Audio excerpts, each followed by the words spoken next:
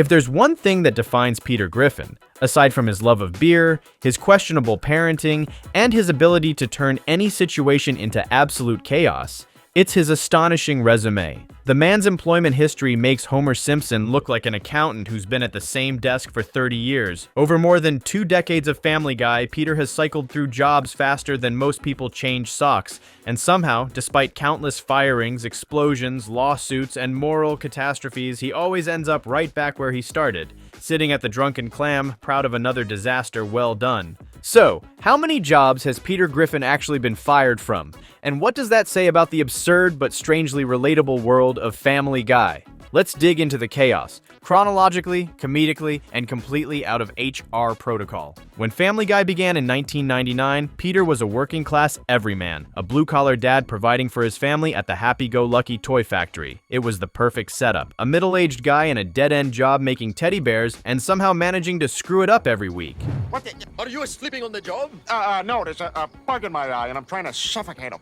But right from the pilot, Peter's incompetence was a running gag. He fell asleep at work, broke machinery, and even cost the company thousands. It didn't take long before his boss, Mr. Weed, had enough. Peter's firing from the toy factory became the first domino in a long chain of career collapses that would stretch across decades. From there, the list of occupations grows almost unbelievable.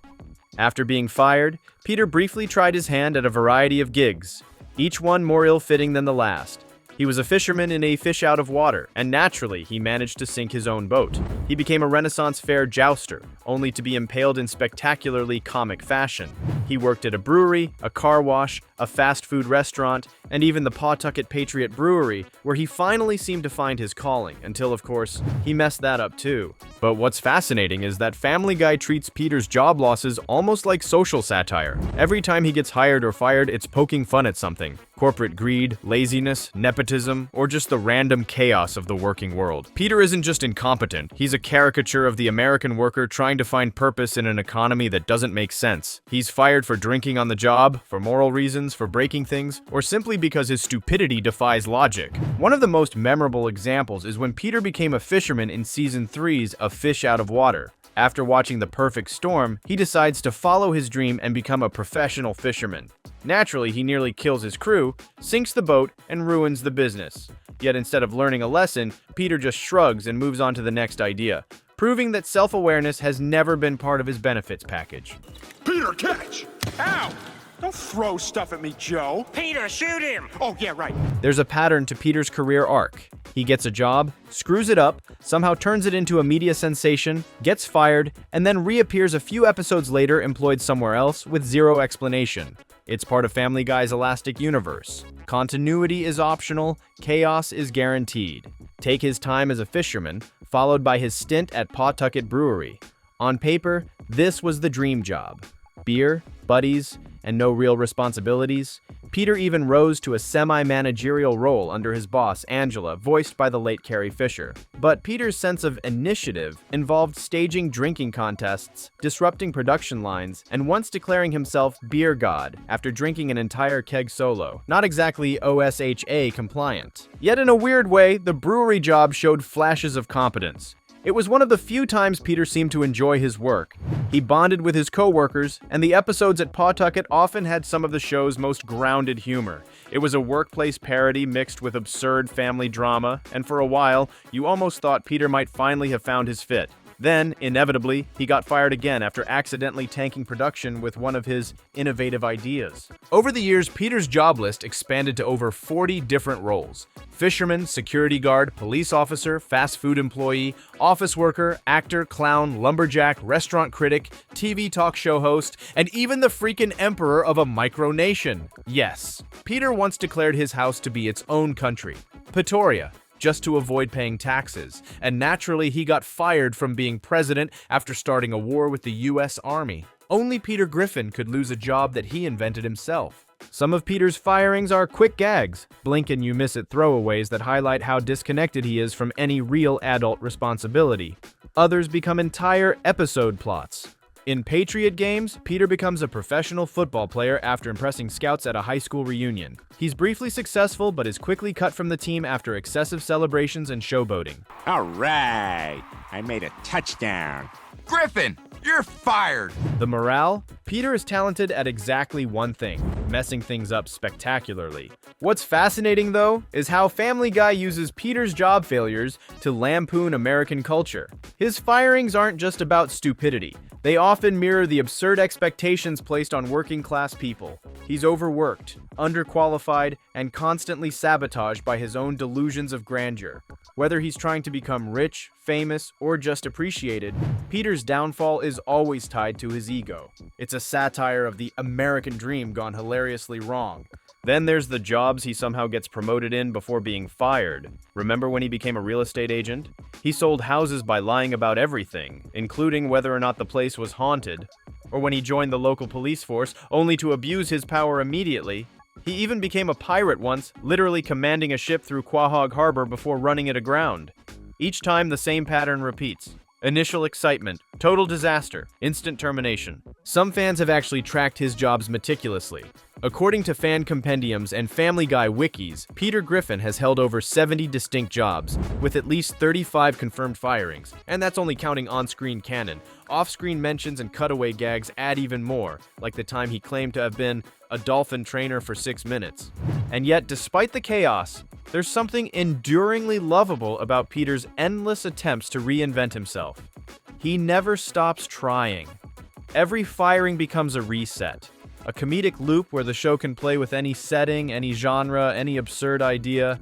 One week he's a factory worker, the next he's a jousting knight, and then suddenly he's a YouTuber or a theme park mascot. It's creative anarchy. Of course, some of his jobs stand out for their sheer absurdity, like when Peter became Death's temporary replacement. After accidentally killing Death, temporarily of course, Peter is forced to take over his duties, reaping souls across Quahog. Naturally, he lets people live, messes up the balance of the universe, and gets fired from the metaphysical realm. That's right, Peter Griffin managed to get fired by the Grim Reaper. You're not a pilot. I know every pilot in the world. I'm here to keep you from making an error. A pilot error. Geez, I probably should have worn mittens. Or his stint as a Renaissance fair jouster, which ended with him nearly dying. Or when he ran a record store, became a fisherman, joined the military, or worked as a taxi driver and drove straight into a harbor.